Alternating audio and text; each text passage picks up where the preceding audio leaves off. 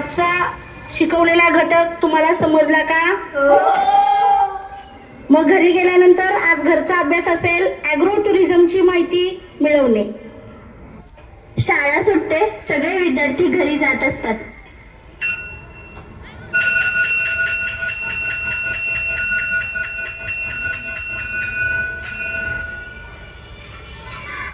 तुम्ही ही माहिती कुठून काढाल? मी तर घरी गेल्या गेल्या चॅट जीपीटी किंवा जेमिनीवरून सर्च करून लिहिणार आहे बाबा. मला पण पाठव काय? मला पण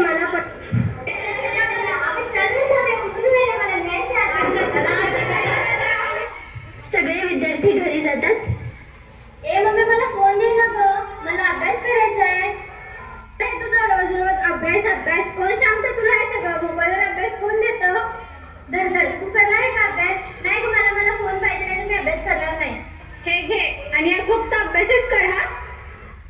मुलगी अभ्यासासाठी फोन घेते, पण त्यात इंस्टाग्रामची आयडी ओपन करते आणि तिची पोस्ट टाकते. तिला हॅकर लोक काय करतात ते पुढे बघा.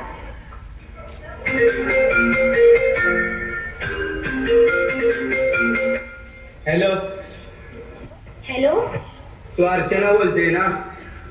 हॅलो तुम्ही कोण? ते महत्वाचं नाही, तू लवकरच खूप फेमस होणार आहे बर का? मी? हो तूच. कसं काय आणि तुम्ही कोण बोलताय ते तरी सांगा. तुझा व्हॉट्सअप चेक कर. काही सेकंदानंतर हॅकरचा परत फोन येतो.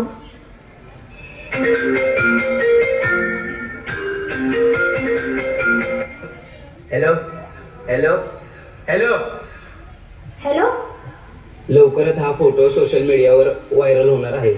असं ऐका ना, असं नका करू. झालेली घटना अर्चना आपल्या आईला सांगत असते. मम्मी तुला एक सांगू का? तू रागाला नाही ना जाणार? हा बोल ना बाळा, काय झालं? अगं मम्मी, मी तुला कसं सांगू ग, मी नाही का इंस्टाग्रामचे आयडी ओपन केले होते ग. नाही कसं हॅकर मला 5 लाख रुपये मागतोय. आता मी काय करू ग? मला नाही का खूप भीती वाटायला ग मम्मी. तू असं का केलंस ग? तुला कळत नाही का आजकाल या जगात काय काय होत आहे? तुला माहित आहे का? सॉरी ना ग मम्मी, मला माहित नव्हतं हे सगळं होणार. त्याच्यापुढे मी असं काहीच नाही करणार. राहू दे, आता जाऊ पोलिसांकडे कंप्लेंट करू. अर्चना आणि अर्चनाची आई पोलिसांकडे जातात. पोलिसांकडे गेल्यानंतर मॅडम, आम्हाला कंप्लेंट करायची आहे. हा बोला की, काय झालं? मॅडम, आम्हाला हॅकर ब्लॅकमेल करतोय. काय झालेलं सांगा बरं मला पूर्ण. मॅडम, माझ्या मुलीने इंस्टाग्रामची आयडी ओपन केली आहे आणि त्या हॅकरने हिचा फोटो एडिट करून त्याचा चुकीचा वापर करतात. त्यांनी आम्हाला संध्याकाळी 7 वाजेपर्यंत 5 लाख रुपये मागितले आहेत.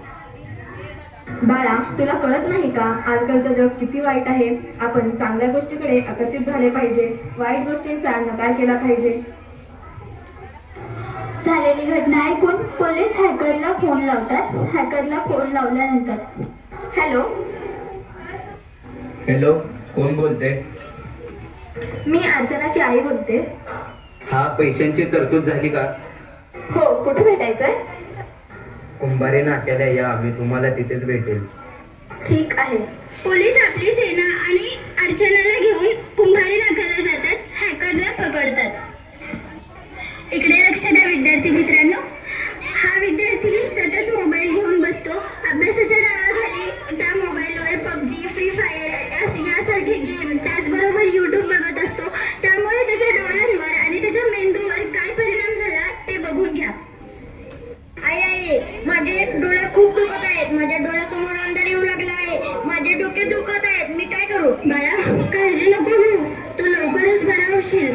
मी तुला लवकरच डॉक्टरांकडे नेते. नको काळजी घेऊ.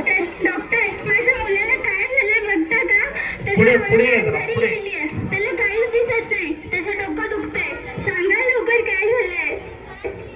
बघू बाळा, ये इकडे बस. काय झालंय तुला? तू रोज काय करतो? जास्त मोबाईल बघतो का? हा डॉक्टर, हा माझं काहीच ऐकत नाही. शाळेतून आलं की पहिला मोबाईल घेतो. जेवताना सुद्धा मोबाईल लागतो, झोपताना सुद्धा मोबाईल लागतो. अभ्यासाच्या नावाखाली मोबाईल घ्यायचा आणि त्यावर नुसतं गेम खेळत बसतो.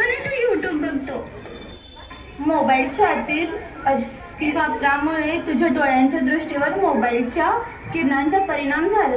बघा विद्यार्थ्यांनो, मोबाईलच्या अतिवापरामुळे आपल्या दृष्टीवर काय काय परिणाम होतात तर आपल्याला दिसत नाही. आपली दृष्टीसुद्धा या ठिकाणी जाऊ शकते. म्हणून मोबाईल गरज आहे तेवढाच वापरला पाहिजे. बघा विद्यार्थ्यांनो, आपण या ठिकाणी आता 2 प्रसंग पाहिले.